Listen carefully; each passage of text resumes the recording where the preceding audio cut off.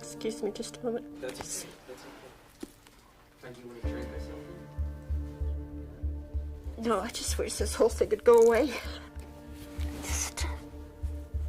It doesn't go away. Most certainly the people who have this information, for the most part, would love to share it with their loved ones, to share it with their grandchildren, to share it with humanity in general. We're not paid a penny for anything. I'm hoping that they will someday release the information. It's information of such great consequence that it's something that should be shared by all humanity. It's not something that should be limited to a privileged few within the United States government. The only reason we're doing this is to try and get as much of the truth out as we can while some of us are still alive. Well, now, Doctor, could they be hallucinations or some other misrepresented objects? They could, but I am firmly convinced that such an explanation is not valid for all of them. It might be in few cases, but there is still remaining a solid block of very reliable, good observations which cannot be explained by such means. I think we are entitled to know what's happening in this world. We live in it. It's our world. Headline edition, July 8, 1947. It's getting to be a long-lost story. It's not going to be too long before there's not going to be anybody left that was alive in 1947. The Army Air Forces has announced that a flying disc has been found and is now in the possession of the Army. They just think that you're nuts if you talk about it, so. And I don't just generally talk about it, to anybody unless somebody calls and asks me to tell them what happened. It's not a source of conversation over coffee. If I didn't think the government was withholding information on the overall situation, I wouldn't be sitting here being interviewed, for one thing. It doesn't get any easier, because every time that I tell somebody about it, I feel like I'm 12 years old again. They might regularly land outside on oceans or in uninhabited parts of countries, but they might also not be ready to tell us. He said, I mean the rest of your life. We will find you. Tell us what actually happened.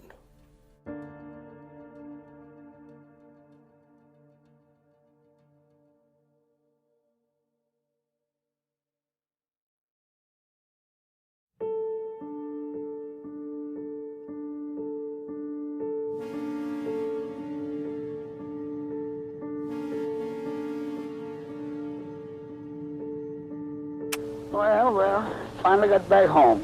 Well, how was your trip to Roswell? Rough. Oh, man, tiring. I'm happy to be back home, I guarantee you. Yeah. It's quite an ordeal. I spent all day looking for that ranch where we found the stuff. Uh-huh. We finally located it.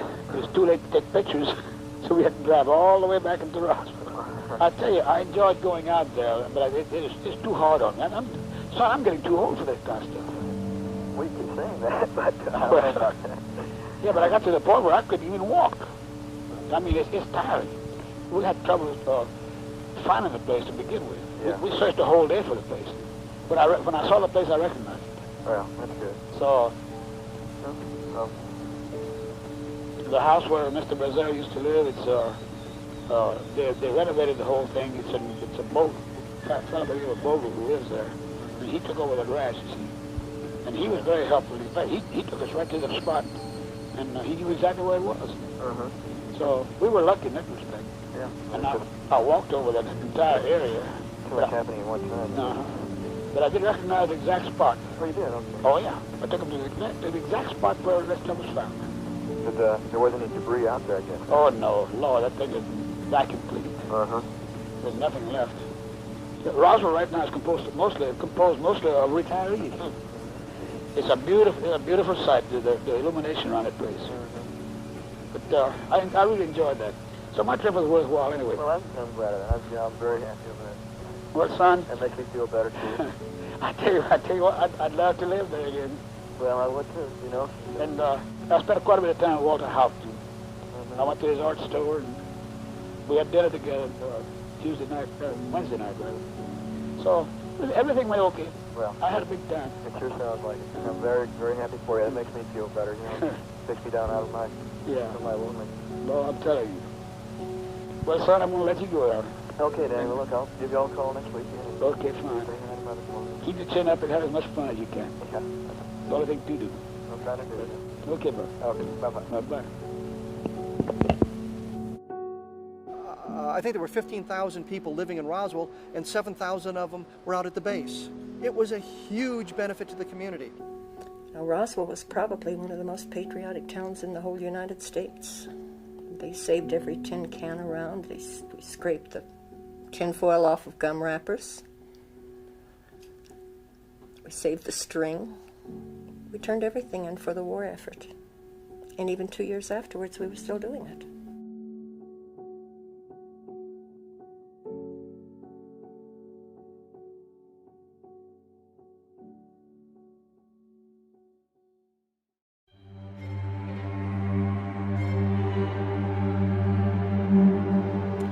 The sequence of events, as I've been able to establish them in my mind, is you've got radar sightings taking place early in July, 1st, 2nd, 3rd of July. You've got people watching this thing with great interest. I mean, here we are over the site where the atomic bomb was detonated in 1945. Atomic research still continues, the 509th Bomb Group, and rockets being launched from Alamogordo. So it's an area of high interest, especially to a space traveling race. Friday, July 4th, the object disappears from the scopes. There's reason to suspect it's down.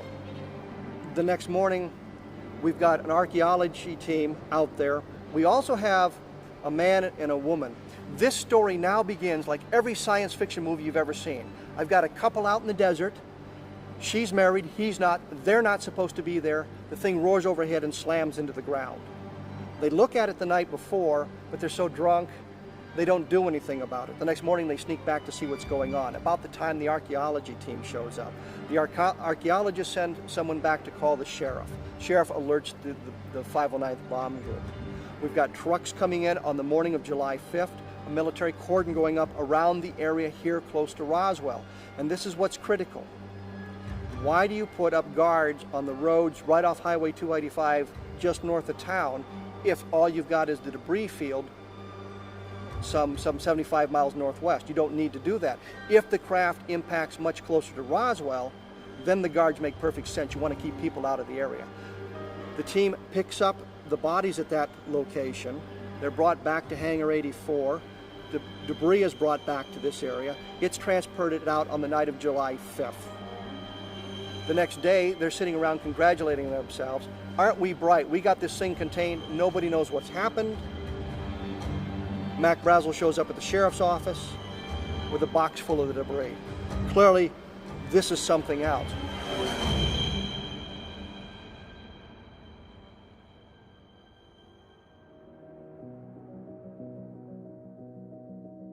When Kevin came to you, did you then come to your family after that? Not for about 2 years. Not for about 2 years. The first 2 years that Kevin called me, I wouldn't talk to him. And then finally he told me, he said, we've been to a meeting and we know the firemen were out there. We know that your dad was on the crew that went out there. We think you must know something. Will you come and talk to us? So I agreed to come and talk to him, and they were staying here at the Roswell Inn then. I was making a trip to Portales to see my daughter, and stopped to see them on my way back. And we had a conversation about, yes, that I knew that there had been a craft that had crashed, but we didn't go into details on it. And Kevin was talking about the Corona site. And after our conversation, I told him we're not talking about the same thing. Apparently, what you have heard does not match what I know about, because the location is wrong. I said, the place where Daddy went, he did not go to Corona, and he would not have gone to Corona. The Roswell Fire Department would not have gone to Corona. So at that point, they started looking for clues to this other crash site. When I told him where Daddy said it was. So that's how this started. That's how it all came out, anyway.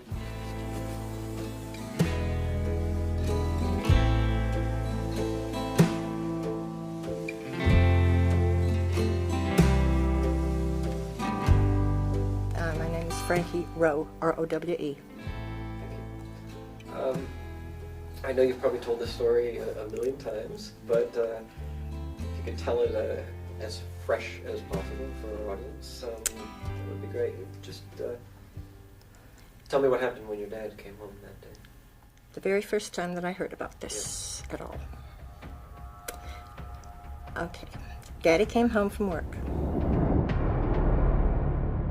They worked shifts of a type that they would be on duty maybe 24 hours or 36 hours and then off 8 or 12, like that. So we hadn't seen him for a time. And he got home that evening and he came in so excited, and I was in the kitchen with Mother. And he asked Mother, he said, I've got something I want to tell everybody. Get everybody in here. And she said, we're cooking supper right now. And he said, well, how long is it going to be? Because I've got to talk to everybody. And it was just my mother and myself and the 3 younger kids at home, and my other sister was working.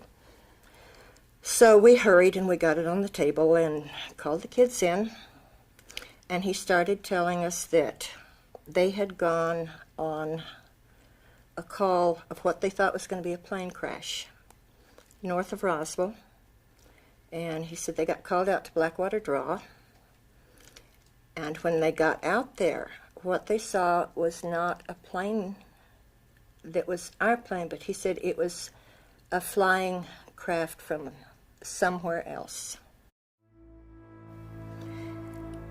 Well, we didn't ask questions, but Mother asked all the questions, and we were just listening, and she started, what do you mean somewhere else? And he said, it's not an airplane. He said, it's not from this world. Now here on this map are pinpointed locations where some 30 saucers have been sighted and are still unexplained. The following proposition could be established. There actually have been and may now be present in the Earth's atmosphere strange aerial objects. Some are of a geometric order. Others can only be described as brilliant light sources. Their form cannot be determined. He said the crash was like the flying saucers that they have talked about, because there'd been a few comments on the news about flying saucers.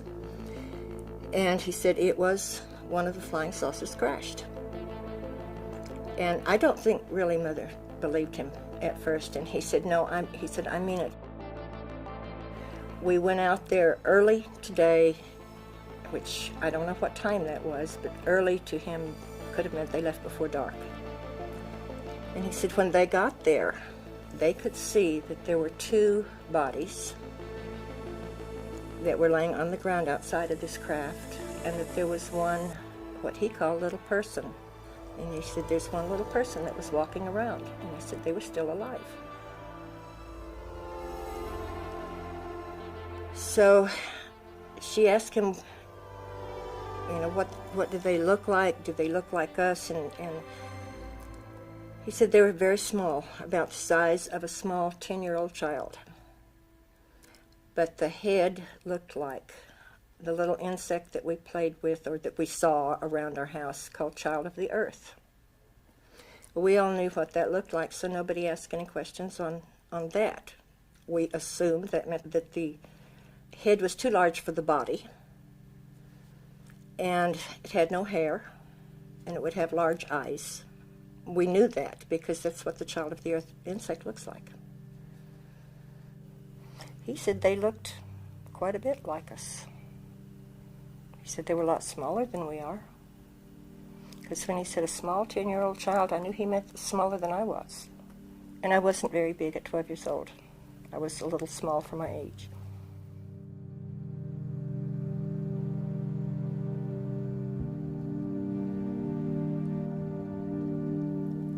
And he said that the other two were dead and that this one that was alive was very sad. But he emphasized and he kept saying, there's no need for us to be afraid. They're not here to hurt us. And he said, we couldn't help them. And he was more upset over the fact that they couldn't help this little person. And that's something he really felt badly, that he couldn't help this one that was alive. He said you could feel the hurt from this little person that was so saddened by the death of the others with him. And apparently they hadn't been there but just a few minutes, and he said the military came up and they made them leave. And so they went back to the fire station, and he said there had not been a grass fire, which would have been their purpose for going. And they thought there could have been if it had been a normal plane crash. I don't think Mother really wanted to believe it at first. And he talked about how could we be so smug to think that we were the only ones that God could create. If he could create this earth, he could create a lot of others too. So that was just a conversation over dinner that night. And then there wasn't too much said about it for the next couple of days. Then I was at the fire station one afternoon because I'd gotten sick. I had to see the doctor, and we only had one vehicle. So I went back to work with Daddy. He came home at noon and picked me up on his lunch. And I had gone to the doctor and was sitting in the kitchen part of the fire station, and I was eating a glass of ice chips. And a state policeman came in, and he yelled at Daddy. He said, "Hey, Dan, come over here." And he said, "Get all the guys. I want to show you guys something."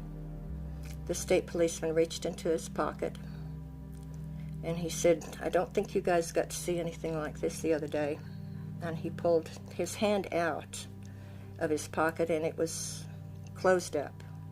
He opened his hand over the table and dropped a piece of material that when it hit the table, it was all wadded up when it left his hand, and when it hit the table, it spread out like it was water. And they were asking him, how'd you get by with this? And he said, well, he had helped with some of the pickup of debris, and he had managed to sneak that one piece in his pocket. He said, I don't know how long I'll get to keep this before I get caught, because he said everybody they catch, they're taking away whatever they've got. Last count, I had spoken to around 4 dozen people who handled various aspects of the debris. The most dramatic is the foil-like material that you could wad up in a ball and let it go and it would unfold itself. A lot of people reported that. What kind of material did we have in 1947 that had those properties? There were things like foil backed with cloth that when you wadded up, it would tend to unfold itself somewhat, but there were always the signs of creases. And some of the people were very specific. There was no sign of a crease or a fold in this thing when it was let down. After a while, they tried to burn it. Almost all of them carried the old-fashioned lighters. They tried to burn it, and they couldn't burn it. It wouldn't catch on fire, and they took out their pocket knives, and they tried to cut it, and they couldn't cut it. So they got into a discussion as to how bad a force it must have been to tear this piece of material. And they talked about, whether it came from the inside of the ship or the outside or what, and of course nobody knew where it came from. And while they were talking, I guess they all had their chance to play with it for a while, and it was laying on the table, so I reached over and picked it up. And I played for it probably about 5 minutes. And I tried everything they had done with the wadding it up, when you would wad it up in your hand, you couldn't feel it in your hand. You couldn't feel you had anything there. And it would go to a size that was so small that you'd have to look to see if it was still in your hand. And then when you drop it, it spread out all over the table. It made no noise, no sound of any kind. It was just like, it was nothing. It was like you were meshing air together. So it wasn't aluminum foil? Oh, absolutely not. No, we had scraped aluminum foil off of everything for the war effort. No, I knew aluminum foil. No, this definitely wasn't. I didn't realize the significance of it at the time. No, I just knew it was different than anything I'd ever seen before. So I forgot all about it after that.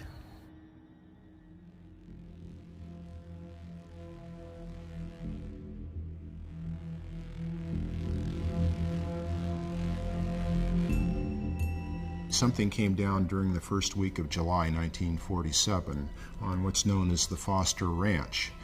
A man named Mac Brazel was the foreman of that ranch, and he was out checking his sheep. He found all this strange debris. He brought it by his neighbors the next day. They suggested he go into the sheriff with it.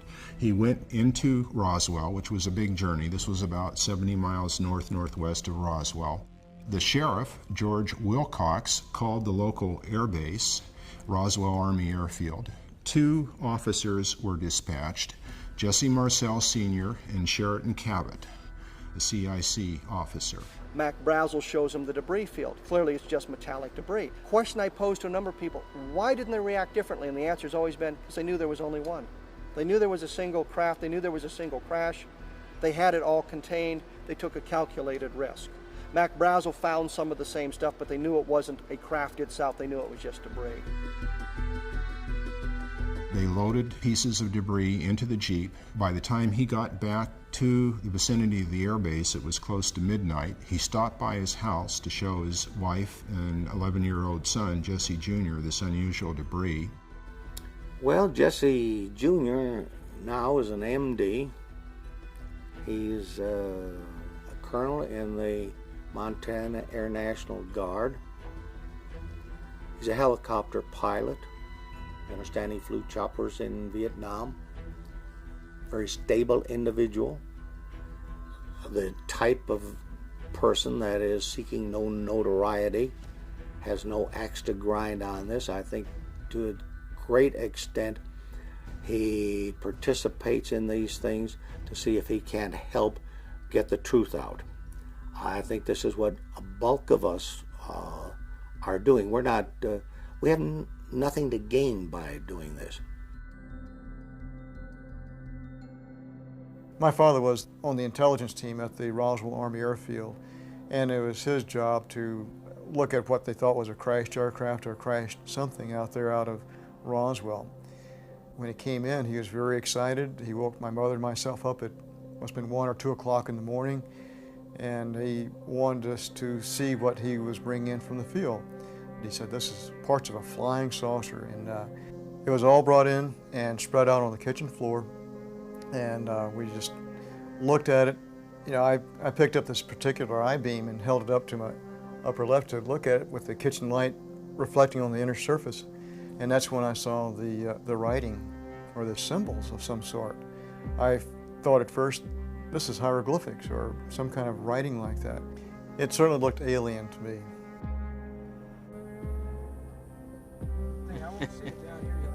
Okay, well, yeah, just tell me what to do, because I don't know how much of me you've got in the picture or anything. This was developed with the help of Jesse Marcel Jr. and Kent Jeffrey. This is a replica of what was picked up off of the desert by Major Jesse Marcel back in 1947. The one I saw was probably greatest 3/8 of an inch in cross-sectional diameter, 12 to 18 inches long. Actually, the material that I saw almost resembled something that could have been blown out through the side of the craft, like there was an in-flight explosion just spreading debris or blowing debris out of the side. There was a debris field It's 3/4 of a mile long, 300 feet wide, according to Jesse Marcel, loaded with this metallic debris. Mac Brazel describes it, the debris being thick enough the sheep won't cross it, he's got to drive it around him. There's clearly a lot of debris. Bill Brazel talks about a gouge down through the center, 500 feet long, 10 feet at its widest. We don't pretend to understand the mechanism of the shedding of this massive amount of debris in one area and the craft impacting much closer to Roswell. It's a much smaller craft, 15 to 20 feet wide, maybe 25 feet long, more or less intact. There seems to be some sort of damage to it, and there was some debris scattered on the impact site itself. But I don't begin to understand the mechanism for the shedding of that much debris in one area and the craft being more or less intact in the other area, unless there's some kind of an outer shell that it shed, or this was some kind of an escape capsule and the entire craft disintegrated and this is how they attempted to get out. We just do not understand that, and we have to speculate about it. Something crashed into the desert outside Roswell in 1947, and the ham-fisted fashion in which the U.S. Air Force handled the incident convinced a great many people that it was a flying saucer, and that at least one alien creature was recovered from the crash site. It is precisely the mixture of religion, science, superstition, and folklore, intelligence, and ignorance that has produced among Americans an entire subculture of belief in extraterrestrial life. It has gotten old. Like anything else, it has become a job, a task, no longer an exciting experience. My name is Walter G. The G stands for George Haut. H-A-U-T. You ought to remember Haut.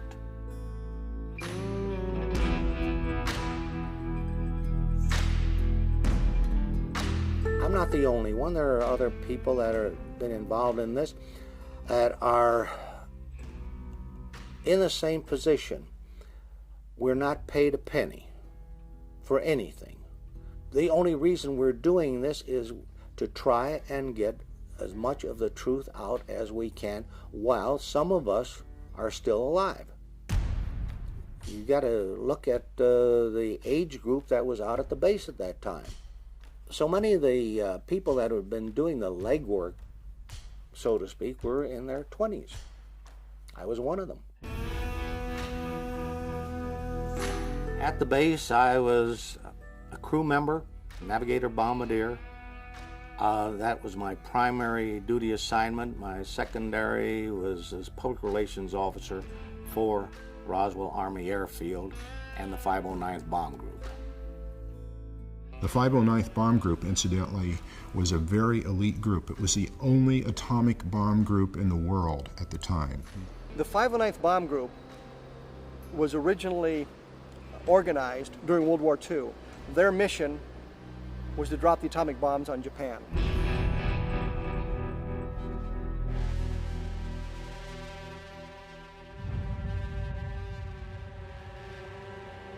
We also dropped the bomb on Bikini. The organization was pretty much of a tight-lipped organization. By the time you get to Roswell in 1947, it's the only atomic strike force in the world. They're training people to begin other atomic bombing groups in the Air Force. If you became the commander of the 509th Bomb Group, you inevitably were promoted out of the job and became a general. It was the premier group in the Air Force in 1947. Today's edition presents a roundup of the latest developments in the finding of a flying disc. I was called to headquarters, was given copies of a press release which stated in essence that we had in our possession a flying disc. The Army may be getting to the bottom of all this talk about the so-called flying saucer. As a matter of fact, the 509th Atomic Bomb Group headquarters at Roswell, New Mexico, reports that it has received one of the discs which landed on a ranch outside Roswell. From what we know, it was shown to William Blanchard in the morning. About 12 o'clock at noon, a press release was issued by Blanchard. My father is a 30-year retired Air Force colonel, a World War II fighter ace, and he knew and worked with William Blanchard in the early 1960s. And according to my father, Blanchard was no fool. Blanchard was not the kind of man to put out a press release about something so dramatic as a crashed UFO without being absolutely certain he was correct. In other words, if Blanchard said there was a crashed disc, there was a crashed disc. Colonel William Blanchard of the Roswell Air Base refuses to give details of what the flying disc looks like. The media here was localized media. You had a radio station of 250 watts. If you were outside of town, you basically didn't get it. You had a second radio station of equal size. You had 2 newspapers.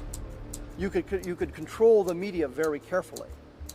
It strikes me as odd in today's environment to hear a radio station owner tell me that the FCC would call and say, if you broadcast a story, you will lose your license. And they don't tell the FCC to go play with themselves and broadcast the story anyway. They suppressed the story, and they were able to suppress the story. They were able to do what they needed to do to suppress it. This was a military town in 1947.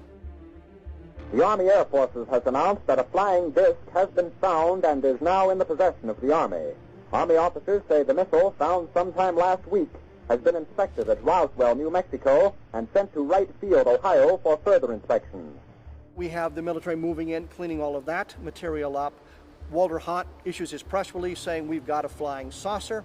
I was told to hand deliver to the 4 news media we had in town at that time. We had 2 radio stations and 2 newspapers.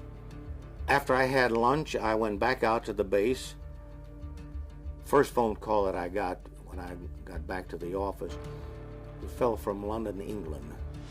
His interest was, why did we put out the press release in the manner we did? And how did Major Marcel know how to fly this object? I had to explain to him that the press release was put out on the orders of the base commander, number 1.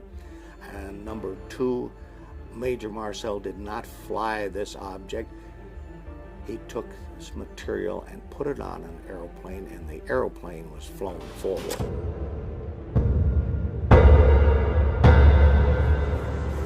The phone rang and rang and rang and rang until I would guess somewhere around 4:30, as I got home somewhere around 5 o'clock. That was the end of it. The next morning, when I went out and picked up the newspaper, it said that headline that General Ramey emptied our saucer. The story was done.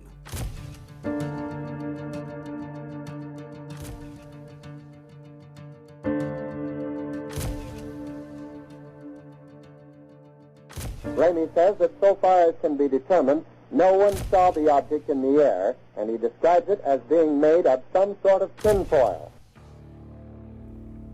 That was aluminum foil, or a foil of some kind.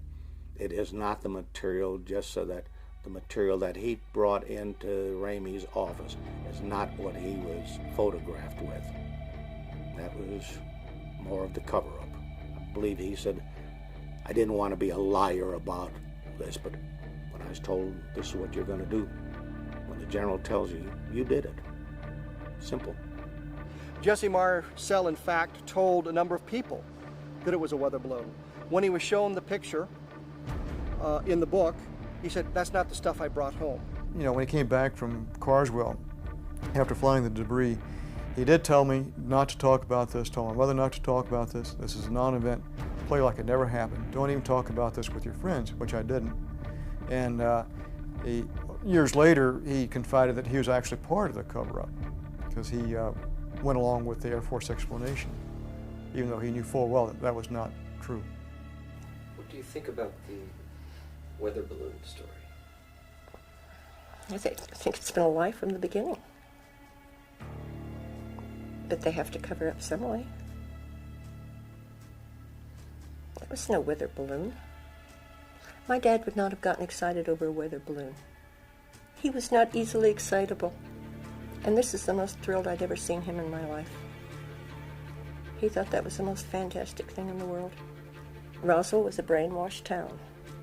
When the government said, It was not a flying saucer. There were no space people here. It was a weather balloon. The people in Roswell said, okay, it was a weather balloon. Roswell seems to be the first event like this because they were simply not prepared.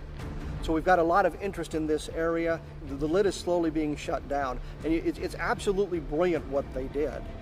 They announced they have a flying saucer, but they've already captured it. They've already got it. There's nothing to see, so nobody goes out looking for the thing. Then they shift everything to Fort Worth. The higher headquarters says, no, those guys made a mistake. It was just a weather balloon. The press can't find Jesse Marcel because he's in Fort Worth and he's been silenced. They can't find Mac Brazel because he's held at the guest house here at the base.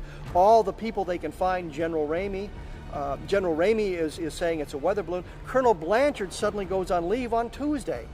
So you can't get a hold of anybody. Blanchard's gone, Marcel's gone, the rancher's gone. All you can get are official spokesmen saying, yeah, it's a weather balloon. Press has got nowhere to go. The story dies at that point. Nothing to go on. And everybody forgets about it until Jesse Marcel says, I picked up pieces of a flying saucer. So other than those people that had any immediate access to the material and handled it or saw it, the story was over. We had made a mistake.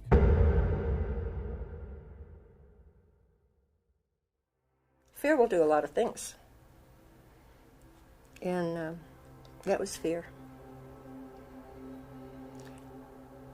In 1947, it was much easier to intimidate a child than it is in today's world. We were not exposed to things like TV. We didn't have a TV in 1947. And it was just, we were a very patriotic town. If we were told you don't do something for government safety, the safety of your country, we didn't do it.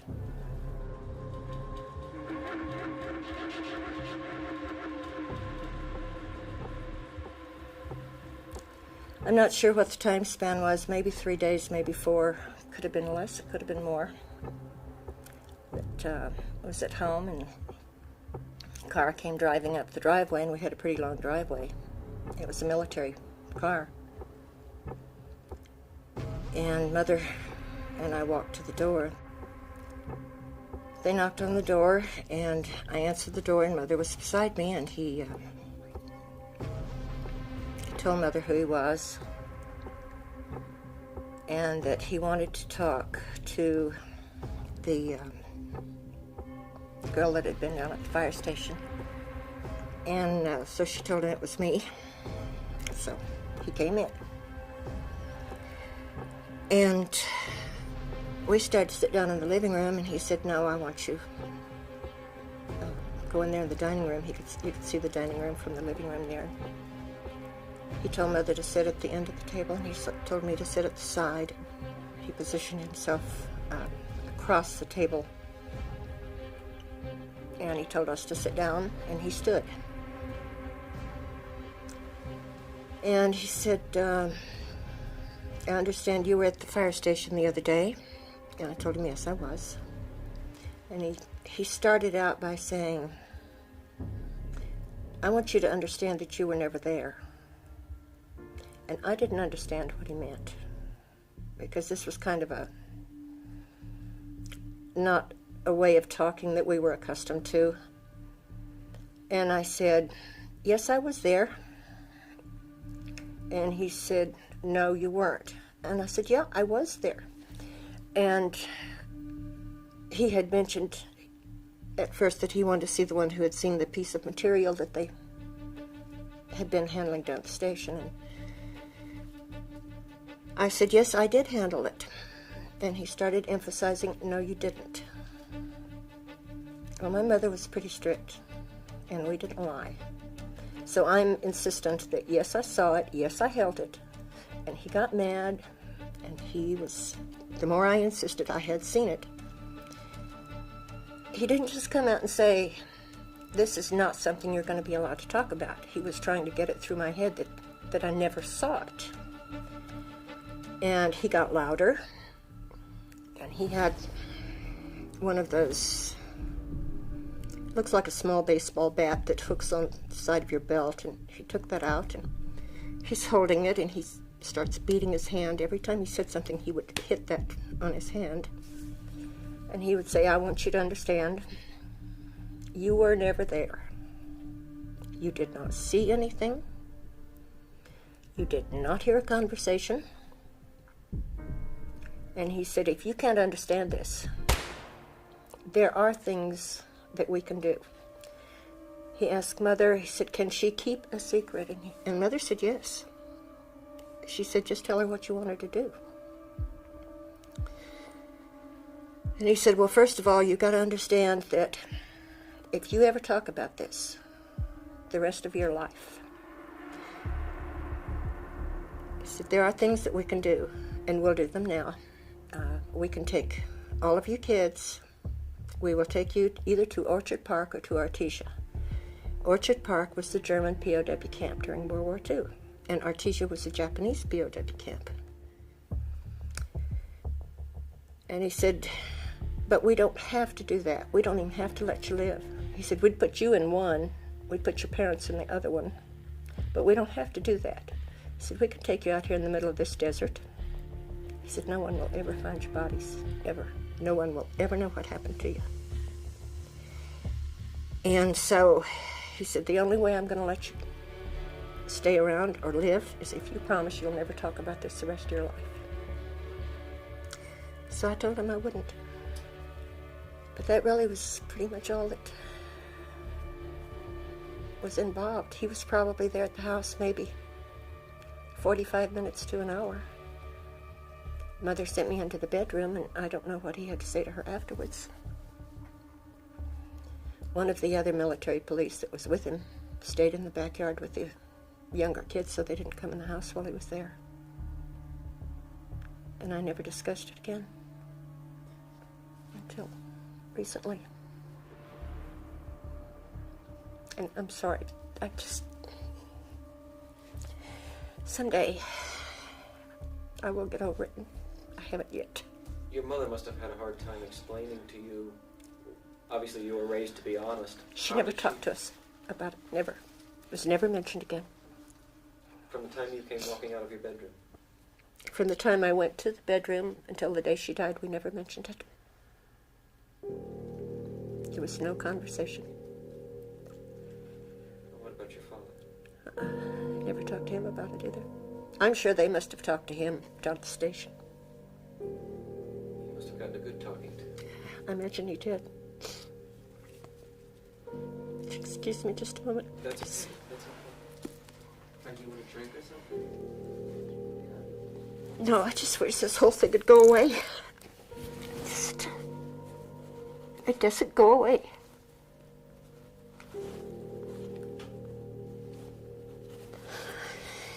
And it doesn't get any easier. Because every time that I tell somebody about it, I feel like I'm 12 years old again. I can see the guy standing there with his sunglasses on, and he never took his hat off, and he never took his sunglasses off, beating his hand with that stick and threatening us. And at the time he did it, it was okay. Because we'd been through the war, we understood, and I didn't realize it was intimidation. I had no idea what it was until probably the last 5 years, actually. Because I never talked about it again. I never mentioned it to anybody. When this all came out and my kids found out about it, they were really upset with me. Why? Because I never told them about it. My husband, who was very upset with me about it too, because I never told him about it. And what was it that made you finally talk about it? Kevin Randall. If we had Frankie Rowe's story stand alone, I would be bothered by it. A 12-year-old girl who meets with military officers can certainly misconstrue what they're trying to tell her, especially the way that they arrived at her house. We know the event took place because her sister corroborates it. Her sister corroborates her father's involvement. We have affidavits on that. So yeah, I believe Frankie Rowe's story. I think that they did visit her and they did suggest the things she says they suggest. And I believe that because we know that others were intimidated in similar fashions. We have the military people telling us they were sworn to secrecy. All of this going on around it. So Frankie Rowe is not standalone. There's corroborative testimony that suggests somebody was putting pressure on people to silence them, and they used what means were necessary to keep those people silent. With the military people, it was merely the threat of imprisonment and going to jail because they understood that. With some of the civilians, they were told that if you ever talk about it, you will be killed. One of the people, I forgot, Sheriff Wilcox, his family was told the same thing, that if he talked about it, not only would he be killed, his wife would be killed, and his daughters would be killed. The whole family would be wiped out. That comes from Sheriff Wilcox's granddaughter, Barbara Duggar, who heard the story from her grandmother. So we have a wide range of testimonies from various individuals telling us of the pressures that were placed on them to keep them silent. And I think they used a technique that was best for that specific group of individuals.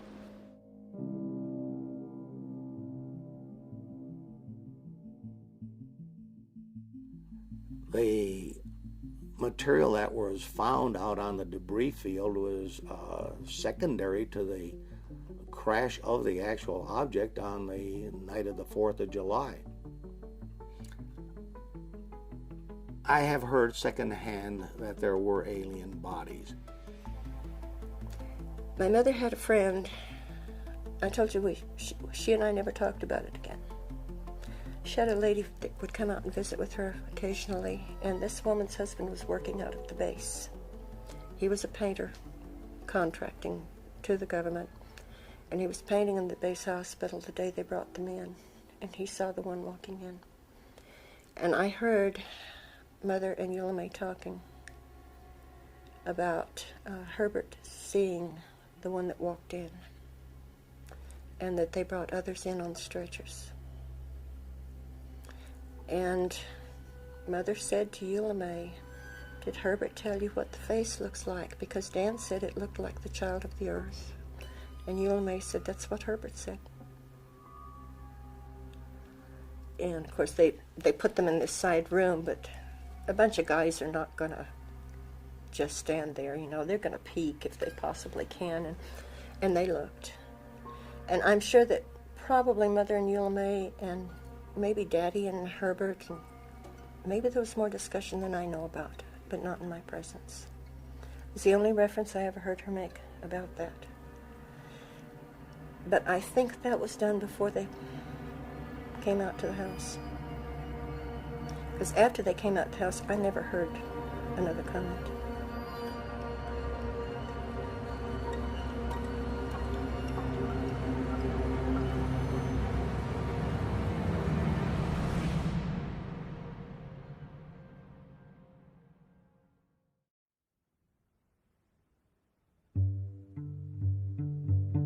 The U.S. Air Force is about to tell us what it says happened. We're going over to the Pentagon now, where Colonel John Haynes of the U.S. Air Force will tell us Good afternoon, what ladies and happened. gentlemen. For some bizarre reason, the Air Force, which whenever you queried it about UFOs said we have no interest in UFOs, if you feel threatened by them, contact the local law enforcement, decided they were going to reinvestigate the Roswell case. The conclusion of the first report left no doubt that what was recovered near Roswell, New Mexico in July 1947 was debris from a formerly top-secret Army Air Forces research project, code-named Mogul.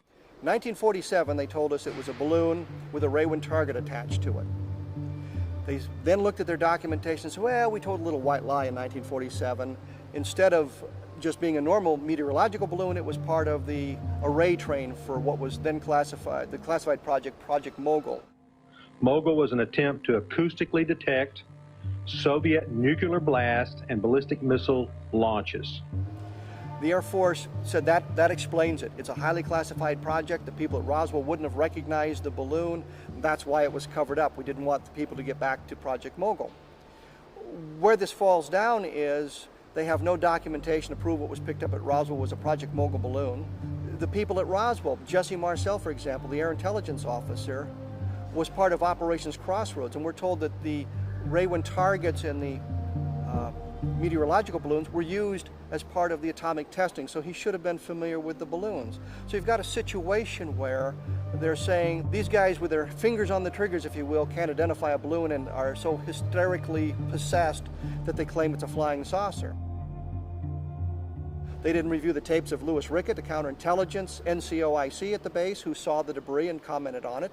They didn't review the tapes of Major Edwin Easley, who told me that he couldn't talk about it because it was still classified 47 years later. Told me a number of times in our first conversation, I can't talk about it, I was sworn to secrecy. They didn't even talk to Brigadier General Arthur Exon, who reported that he flew over the two distinct sites, and reports the gouge. A balloon will not leave a gouge.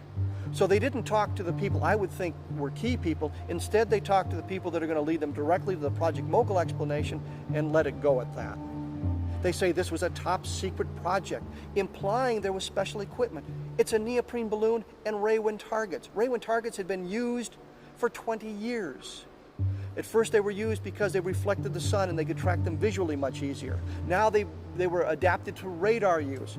Irving Newton said that he launched literally hundreds of them during the invasion of Okinawa. There's nothing special about these balloons, nothing at all. And but by placing it with Project Mogul, we're implying that there was something unusual about these balloons, that there was something that would keep these people from identifying, but there wasn't.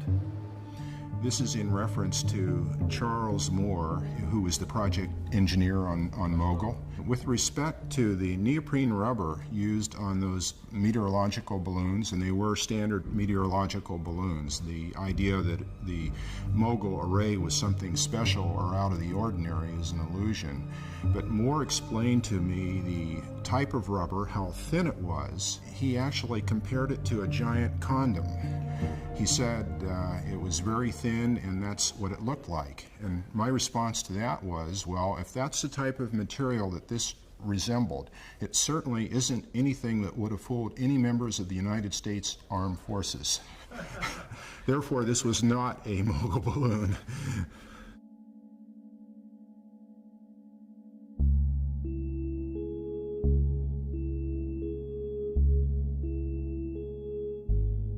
I don't know that the Air Force has ever explained what took them so long to say this is the explanation, if this is the explanation.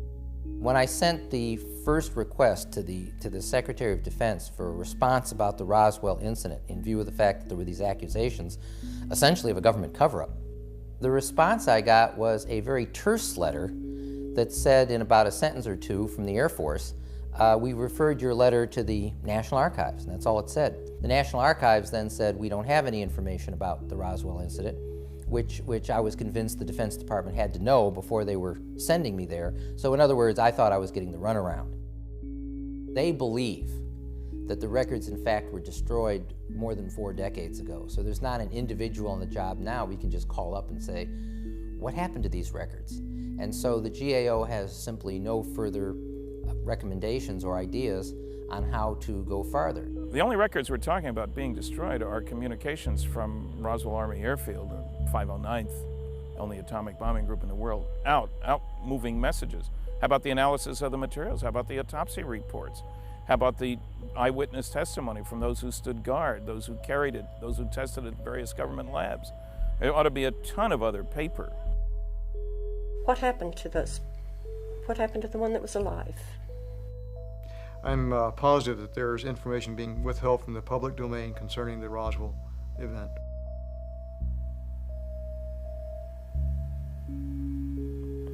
There are a lot of things that our government hides, and it isn't right. They shouldn't.